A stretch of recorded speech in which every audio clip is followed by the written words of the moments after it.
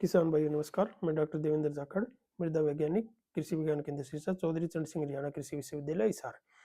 किसान भाइयों, पिछले 1-2 दिन से किसानों के मैसेज भी आ रहे थे, फ़ोन भी आ रहे थे कि हमारी गेहूँ 105 से 110 दिन के बीच में है, उसमें पानी लगा सकते हैं या नहीं। साथ में कई और भी कन्फ्यूज़न किसानों के मन में बने हुए थे कि हम एनपीके का स्प्रे करना चाहते हैं तो उसमें 13-0-45 करें या 0-52-34 करें, कौन सा एनपीके करें, साथ में उसके बोरोन मिला सकते हैं या नहीं, उसके साथ बोरोन, फंजीसाइड और पेस्टिसाइड भी मिला सकते हैं या नहीं। तो मैंने सोचा कि इसके ऊपर एक चर्चा कर ली जाए थोड़ी। तो किसान भाइयों, 105 दिन के बाद में जब बाल बाहर निकल चुकी होती है और उसमें दानों का विकास हो रहा होता है, तो इस अवस्था में एक हल्की सिंचाई की ज़रूरत होती है।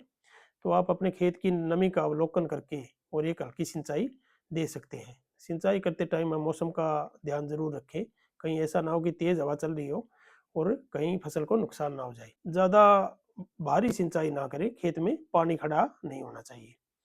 इस अवस्था में जो पोषक तत्व जिनकी ज़रूरत होती है, जिनकी भूमिका होती है फसल में, वो होते हैं नाइट्रोजन, पोटाश और बोरॉन। तो एनपीके की जो फॉर्मूलेशन मैंने पहले भी बताई थी कि पोटाशियम नाइट्रेट है, उसमें नाइट्रोजन और पोटाश दोनों होते हैं। उसकी डोज रहेगी 1 किलो 100 लीटर पानी में आप स्प्रे कर सकते हैं। बोरोन की जहाँ तक बात है तो 1 ग्राम प्रति लीटर के हिसाब से आप बोरेक्स का स्प्रे कर सकते हैं। फिर बात आती है फंजीसाइड और पेस्टिसाइड की। तो कोई ऐसा फंजीसाइड नहीं है कि आपने फंजीसाइड कर दिया और उसके बाद में कोई फंगस का रोग नहीं आएगा।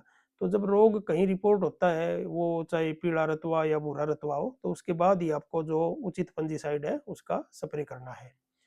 पेस्टिसाइड की जहाँ तक बात है तो उसमें भी आपको एक चीज़ का ध्यान रखना है कि चेपा अगर आपकी फसल में आता भी है तो आपको उसका लगातार अवलोकन करना है।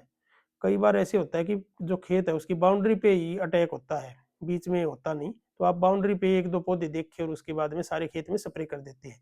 तो पहले अवलोकन करके जितना एरिया अफेक्टेड है, जितना एरिया प्रभावित है, उसी पे आपको स्प्रे करना है। स्प्रे करने से पहले आपको ये भी ध्यान रखना है कि जो चेपा है उसकी इतनी संख्या हो कि आपकी फसल को नुकसान कर सके।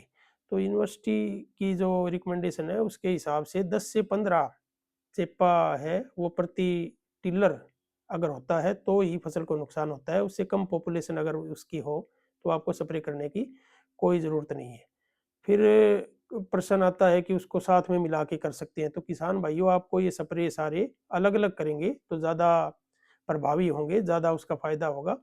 अगर आप इन सबको मिलाते हैं तो फसल के ऊपर नुकसान होने की संभावना रहती है। धन्यवाद।